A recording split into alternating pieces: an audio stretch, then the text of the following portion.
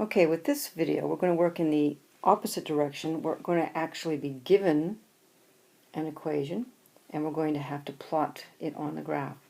Now there's a number of ways you could do this. If you have a graphing calculator, you can put it in your graphing calculator and have it plot it for you, or you can use a table of values. But we're going to use the gradient and the Y-intercept method to do this. So the first thing is we've got to identify the gradient. In this equation, the gradient is always a number in front of x, so the gradient is -3.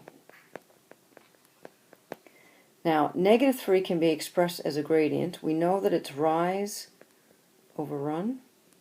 So you can either express it as -1/3 or 3 over -1. It doesn't matter. Those are both negative gradients, and we're going to be fine with either one of those.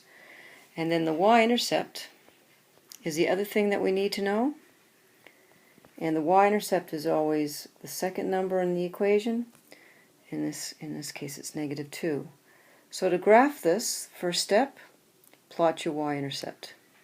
Make a point on your y-intercept where it crosses the y-axis, which is stop that point right there.